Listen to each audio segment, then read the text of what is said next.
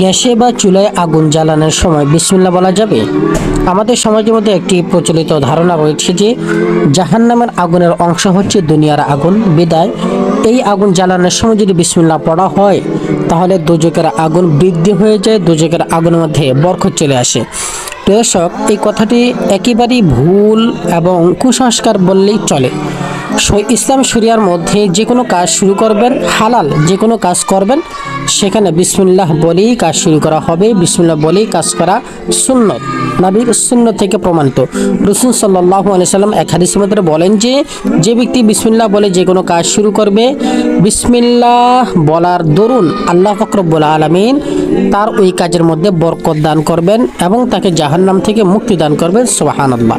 এখানে আমরা হালাল খাবার তৈরি করছি, পাক করছি, রান্না করছি, সেখানে বিসমিল্লাহ বলা যাবে না, বিসমিল্লাহ বলা নিষেধ। মা বোনদের এটি কুধারণা, কুসংস্কার।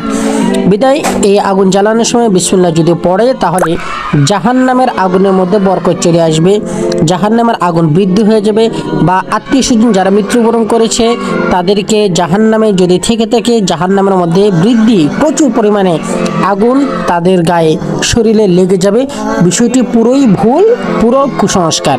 বিদায় যে কোনো কাজ করব আমরা বিসমিল্লাহ বলে শুরু করব। এই কথা ধ্যান ধারণা মোটেই আনা যাবে না যে চুলা বা গ্যাসের চুলায় আগুন জ্বালানোর সময় বিসমিল্লাহ বললে জাহান্নামের আগুনের ভিতরে বরকত চলে আসে, বৃদ্ধি চলে আসে। এটা পুরোপুরি ভুল ধারণা এবং শরীয়ত বিরোধী কথা, শরীয়ত বিরোধী কাজ।